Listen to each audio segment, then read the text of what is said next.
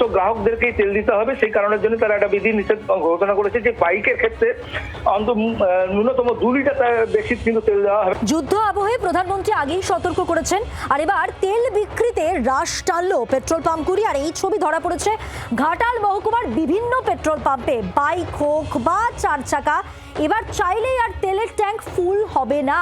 বাইকে 2 লিটারের বেশি দেওয়া হচ্ছে না তেল, 4 চাকার ক্ষেত্রেও তাই বেশি তেল দেওয়া হচ্ছে না। তেল না থাকায় বেশ কিছু পাম্প থেকে ফিরে যেতে হচ্ছে গ্রাহকদের, সেই ছবিও ধরা পড়লো। পাম্প মালিকরা যেটা বলছেন যে বুক করেও মিলছে না তেল, চাহিদা অনুযায়ী জোগান নেই, তাই এই পরিস্থিতি। ঘাটাল মহকুমার বিভিন্ন পেট্রোল পাম্পের ছবি আপনারা দেখতে পাচ্ছেন। পাশাপাশি আরো একটু পরিস্থিতিটা জানবো। টেলিফোন লাইনে রয়েছেন প্রতিনিধি চম্পক দত্ত। চম্পক, পেট্রোল পাম্পের যারা মালিক তারা ঠিক কি বলছেন?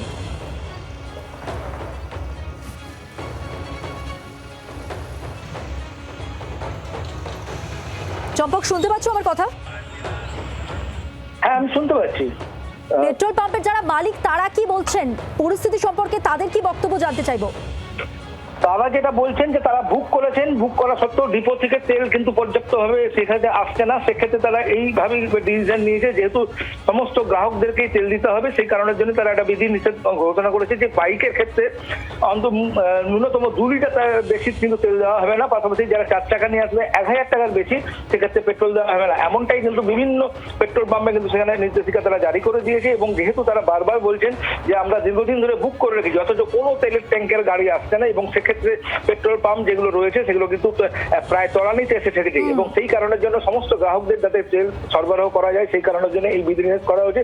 এমনকি বেশ কয়েকটি পেট্রোল পাম্পে দেখা গেছে তারা ইতিমধ্যেই নো স্টক বোর্ড পর্যন্ত ঝুলিয়ে দিয়েছে, তাদের তেল কিন্তু অলরেডি শেষ হয়ে গিয়েছে। সেই কারণে কিন্তু এই মুহূর্তে কিন্তু চলছে কবে এই পরিস্থিতি সমাধান হবে। সেক্ষেত্রে কিন্তু সাধারণ মানুষ থেকে শুরু করে পেট্রোল পাম্প মালিকরা তারাও কিন্তু বলতে পারছেন না। ধন্যবাদ চম্পক। এবার একটু শুনে নেব ক্রেতা এবং বিক্রেতারা কি বলছেন এই পরিস্থিতি নিয়ে। পাম্প বলছে দিবে না, এখন তো মামনি স্টোরকে যেতে হবে, মামনি পাম্পকে যেতে হবে। এখন আমরা যতটা তেল চাইছি ঠিক ততটা পরিমাণ দিচ্ছে না, আমাদের প্রায় 30% কাটিং করে দিয়েছি।